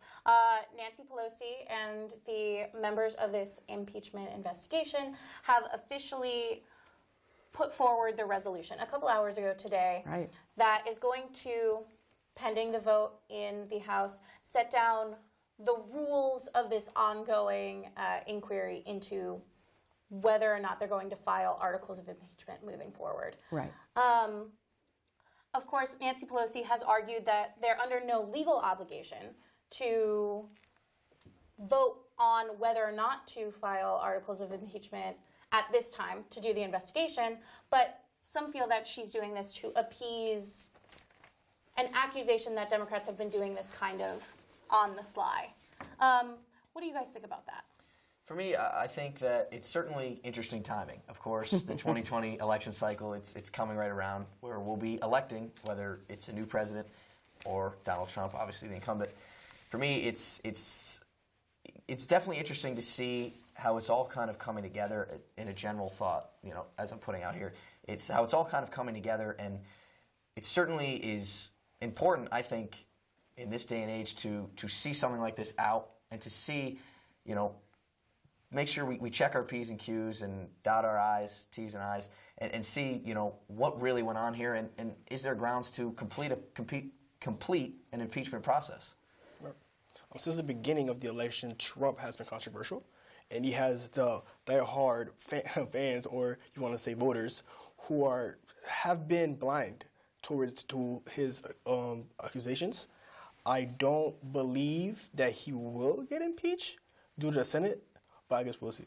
That kind of disturbs me, because there's two ways to look at this, which is that this is just more fake news, anti-Trumpism, just a runaway train out of control if you love Trump and if you really go to that side. And the other side, of course, is like, this is finally it. Finally, we have the icing on the cake. We have something that could be an impeachable offense.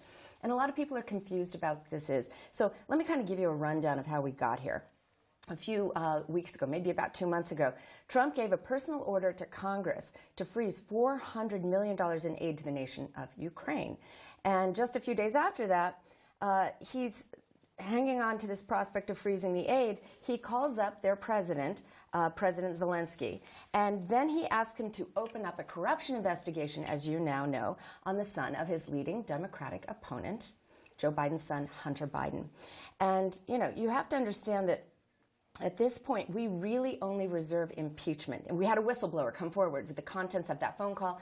Trump, of course, goes on a Twitter storm, and he's like, go ahead, release the transcript. I've got nothing to hide. And then when it's released, it really began to raise questions. And this is when you had an about face, when people go, this is not that cut and dry. Mostly because he is holding $400 million in aid hostage unless Ukraine does what he tells them to do and finds some dirt on Hunter Biden. All of this supposed to harm Joe Biden, who he considered to be his greatest opponent as a Democratic potential nominee. So that's where we come up with this whole idea.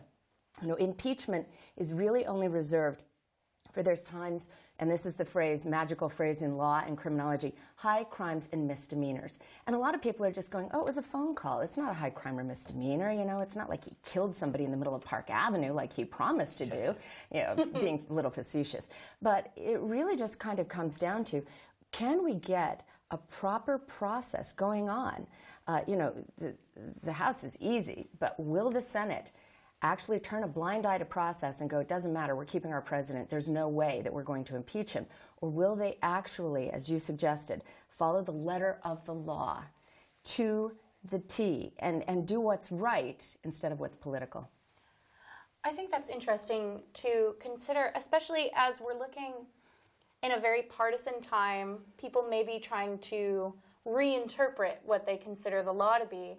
And right now we're looking at a lot of, during this more background digging phase of the impeachment inquiry, we're looking at a lot of closed-door sessions, interviews, and essentially what people are calling secrecy.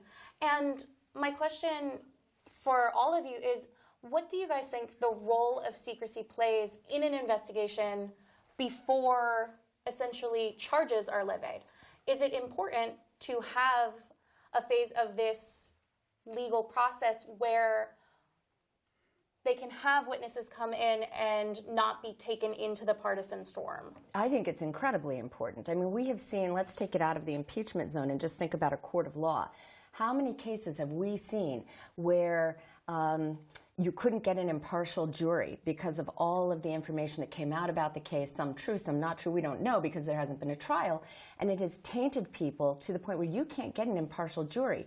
Or where you've had leaks. I'm thinking it has nothing to do with impeachment, but remember the Kobe Bryant case where he had allegations against him, and so much information that was supposed to be shielded under the SHIELD laws about the alleged victim was leaked to the point where they knew that they couldn't prosecute it because everybody knew about it. And in this very volatile political climate, I would argue behind closed doors is the way to do it, because all these allegations about fake news and partisanship can really be assuaged if we just let investigators do their work.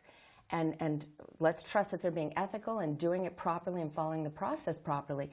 But the bottom line is that if it's leaked, then it just divides us further. I mean, what do you guys think? On that note, even, I think it's important to recognize the time and the era that we're in. Social media, media in general, it's huge. You know, you go on Twitter, if a story happens, there's thousands, hundreds of thousands, maybe millions of tweets about something right away. So in this context especially, you know, we're seeing stories and news broadcasts, tweets, Facebook, Instagram, everything about this impeachment process.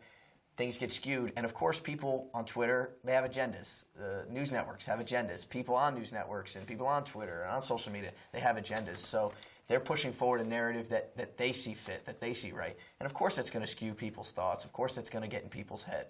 So I'm in agreement with you guys that, you know, I think there needs to be some secrecy behind this so that people can just get to do their jobs and do the ethical thing and hopefully come to the correct conclusions.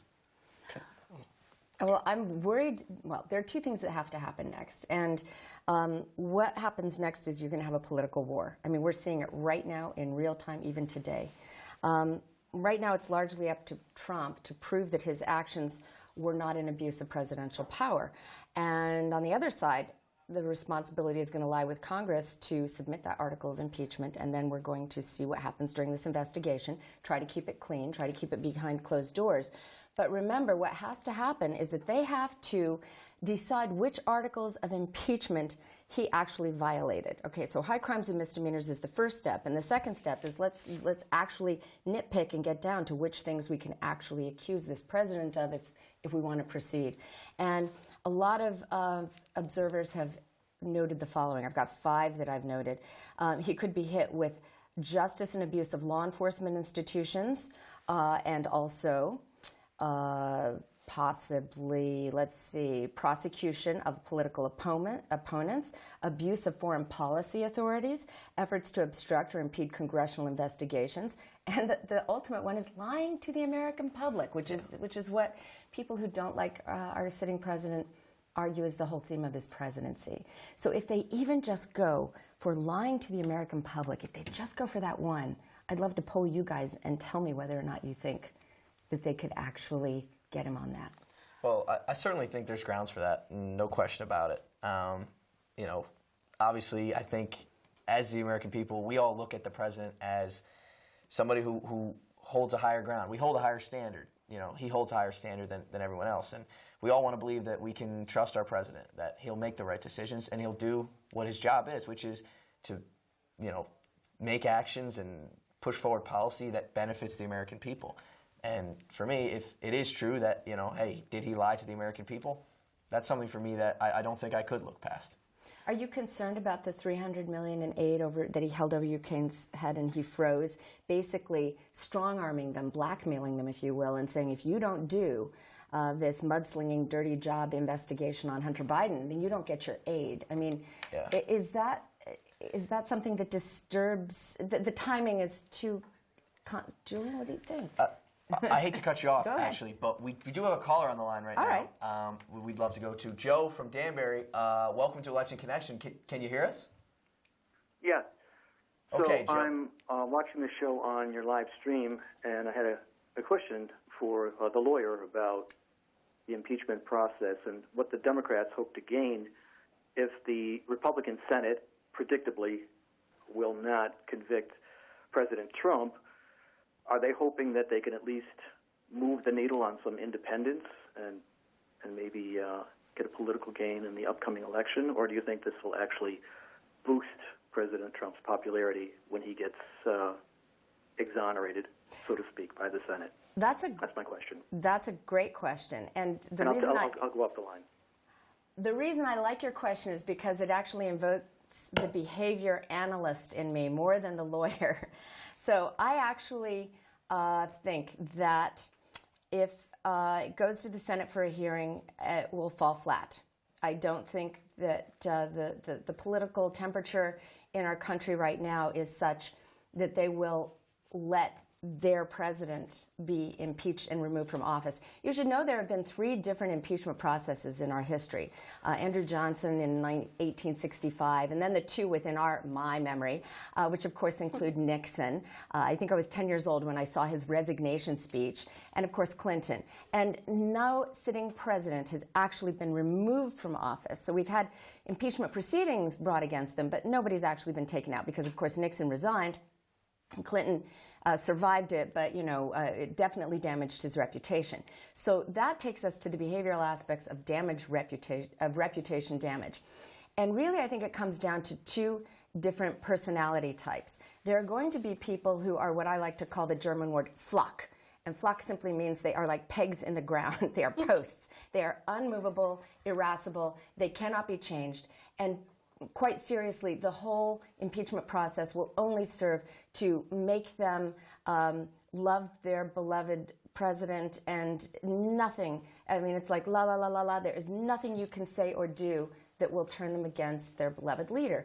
But there are a lot of people, many people would call them the old Republican Guard from an earlier era, that are not so divisive, that are less partisan, that really might be financially conservative or politically conservative, but they have their issues with Trump. And they're very conflicted about whether or not they should vote along the party lines or vote their conscience if they believe that the sitting president is indeed a criminal guilty of high crimes and misdemeanors. And those people will not speak up. They are very afraid. They love their Republican identity, but they don't want today's Republican Party to know that they might be more centrist, because then they get hammered by their own party, and no one likes that. So I would argue that the needle could move towards the center. I think you may have some people, the ones who can still process the information and who are not Flock, those who are actually processing information, analyzing it, and let the chips fall where they may, which is, I think, how all of us should be approaching politics these days. Because the divisiveness, I mean, it's just, this is the whole origin of what we call fake news. We are now questioning what is truth. We are questioning what we believe to be facts. And I would charge that everybody out there is an intelligent human being who can do their own research, come to their own conclusions, and basically make up your own mind how you feel about each candidate instead of parroting what you see on the news or what you hear your parents tell you or how you've always voted in the past. So I think there is this huge contingency, a huge cohort out there of people who are independent, thinking, analyzing humans who are not even centrist. They're just free-thinking humans who are not allied. They may be registered one party or the other, but they are willing to follow the facts and make up their own minds. And to that extent, I do think that you could have Republicans moving towards voting for a Democratic candidate rather than reelecting Trump if they find that his ethics are just so beyond the pale that they can't vote for him. Absolutely. Well, we'd love for you to stay with us here, Dr. Jordan, but for now, we have Mark Dowling who's standing by with an update on Chris Setaro's camp in Danbury. Hi, guys. We're live outside of the law firm, Chris Setaro's law firm over here in Danbury. Speaking on Chris Setaro, the Democratic candidate running for election against longtime Mayor Mark Boughton, his main focus this election is going to be on fixing up the roads, creating new preschool programs for Danbury residents that otherwise wouldn't be able to access them for financial reasons or other reasons, including commuting or transportation. And he also plans on revitalizing the downtown area in Danbury, which he believes has been neglected for much too long, up to 2 decades. In the interview we had about 10 to 15 minutes ago, he touched on some of this information. But ultimately, he really wants to revitalize the town and bring it back to its glory years, which he believes have been slowly diminishing over the past 10 to 15 years. A couple questions for you here, Mark. Obviously, we had Chris Setaro here in studio, but I'm wondering if you were able to get sort of a general vibe from his camp just 7 days away from Election Day. Well, actually, I saw him outside probably about an hour ago to an hour and a half ago, and he seemed in high spirits. He gave me a very firm handshake and was setting out with his team, about 2 other people with him, and they were chatting, having a good time. They seemed like they were pretty confident with the situation, so I'd say high spirits. Absolutely. And one final question for you. We talked about it with him. Again, talked about it with you. He was a former president of City Council. Does his camp and do voters feel that that's going to translate well into the mayoral office? Yeah, I think the experience and the professionalism that comes with being a seated city council president really it surpasses really any other skill that you need to have running for being a politician. It's basically the same skill set. You have to address a crowd. You have to appeal to the residents of the town and adjust accordingly. So I think he has it down, and he's not too concerned as of right now as to the transition between city council and becoming the sitting mayor. Absolutely. Well, thank you so much, Mark. Great stuff there, and I'm sure we'll be checking back in with you next week for more updates on Chris Setaro. Now we're joined again alongside our anchors here by Dr. Casey Jordan. We're talking impeachment, and I wanted to get your thoughts, Dr. Jordan. Obviously, Joe Biden, his name has been thrown around a lot in this impeachment process alongside his son. I'm wondering how you personally feel his campaign for 2020 to become the next president of the United States in 2020, how you feel his campaign will be affected by this whole process. I think it already has been affected, but I don't think it's been affected nearly as much by the talk about his son, Hunter Biden. I mean, I've actually looked into it a little bit because, again, we should all be getting our facts on our own. Absolutely. And so far, it's all circumstantial evidence. It has to do with the fact that Hunter was appointed to some Ukrainian energy board at the same time that the Obama administration, which his father was vice president, asked Kiev to get rid of a corrupt prosecutor. It's just kind of a lot of many moving parts, and it looks like it's just a coincidence that it happened. But it's not a coincidence, most people think, that he froze the $400 million on the Ukraine a week before he made the phone call asking him to dig it up. Now let's get to the real heart of your question. I would argue that Joe Biden, who everyone thought was going to be the front runner, and many people have argued, you know, if Biden had run in that last election, perhaps Trump would not have been elected in the first place. The fact that Trump would try to get some dirt on Joe Biden's son, I think shows he's running scared. He thinks Joe Biden is the one person who could beat him. Joe Biden, at the same time, has had a lot of missteps in the media, just a lot of what I call foot and mouth disease, just saying a lot of awkward things that alienate even his followers, and not even having memory lapses. But in the Democratic debates, he has not fared well. And I don't think that has anything to do with this or Hunter Biden. I think it just has to do with his foot and mouth disease. And we've seen Elizabeth Warren really make some paces. Joe Biden, I would say, is got to fight. I think originally everyone was like, good, Joe is going to get the nomination. He's the one person who can beat Trump. Now I think people are standing back and saying, you know what? Joe, having nothing to do with Hunter, may not be our favorite candidate, just because now that we've heard all of the candidates, there's some other good people out there. I've been really surprised at how well the female candidates have done. They've really amped up. And I think that once Democrats, especially dyed-in-the-wool Democrats, actually look in their heart and go, well, should we vote for Biden because he's the one person we think could beat Trump, or should we vote for the best candidate, which is what we're all hoping everyone does, regardless of party. I wouldn't be surprised if Biden slips, but I don't think it has anything to do with Ukraine, with Hunter, or with the impeachment process. Thank you for sharing those thoughts with us. Returning a little bit to the impeachment process as it's unfolding, today Alexander Vindman, who is the top Ukraine expert on the National Security Council, was testifying to the Democratic inquiry. And in his opening statement, Vindman testified that he was so troubled by this July phone call with the president that he reported his concerns directly to a superior. He also told the committee that he spoke to his twin brother, who works in the National Security Ethics Office, to discuss his concerns about the July 25th call.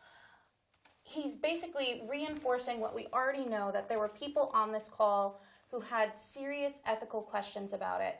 Obviously, previously we've heard and we've seen from the transcript that there are members of our diplomacy of the State Department who were concerned about this. And it begs the question, I think, how many people concerned about the ethical operation of our government abroad is enough for us to consider it a problem? It feels like the argument right now is when people come forward with these deeply held ethical concerns, is that what's in it for them? People are arguing that he's too sympathetic with Ukraine, that he is too ingrained with Ukraine, when in theory that is the job of the people that we assign to represent them. Do we have respect for people in these career positions and their moral centers, or do we not trust them? And that seems like an ongoing conversation for the American public. I hate to cut you off here, and we really do have to discuss this, but we do have Mark, who is standing by. Ian Townley is standing by in Danbury with an update from Mark Boughton's camp. Ian? We are coming to you live here in the City Hall in Danbury, where the incumbent Republican Mark Boughton is set to take on the Democrat Chris Setaro for his record 10th consecutive term as mayor. According to Mark Boughton's team, his campaign platform has been mostly business-friendly, has been about the strengthening of the public school system and the revitalization of downtown. According to Mark Boughton's team, job unemployment rates have gone down annually, and crime rates have gone down as a whole 22% since 2001. Ian, thanks so much. A couple questions for you here. We had Mayor Mark Boughton here just a few moments ago. He seemed in high spirits, but it's a bit of a been there, done that situation for him. He's going for his 10th mayoral bid. What's the general vibe that you've seen around his camp right now? That's a great question, Cameron. The general vibe around his camp is confidence. Mark Boughton has beaten Chris Setaro in the 2001 mayoral election, and according to his team, they feel that he has created a nice campaign to connect with all members of the community in the city of Danbury. And he's campaigned very hard for this re-election. Was this campaign based more on some of the things of the past, leaning on his past successes, or more towards the future and what he plans on doing here in Danbury? That's a great question also. Mark Boughton and his team feel like they are running on a body of work in the last 18 years. They feel like they have created a nice campaign to help to help connect with all members of the community. But it doesn't just stop there. Mark Boughton has a new idea to connect the Danbury train line with the New York, Brewster, and Southeast lines to help alleviate traffic coming into, going out of, and within the city of Danbury. Absolutely. Well, thank you so much, Ian. We'll be staying tuned in with you next week as that election unfolds. Thanks. Guys, we just have a minute or so to kind of wrap up some final thoughts on this impeachment process. I'll turn to you, Dr. Jordan, if there's any last words that you kind of have to say in this situation. You know, I kind of want to piggyback on Audrey's comment about do we trust this process, but also the people who are overseas. And I have to tell you something. I have to admit, I wasn't really aware that Joe Biden's son was a dignitary in the Ukraine until this all came about. And I was like, what?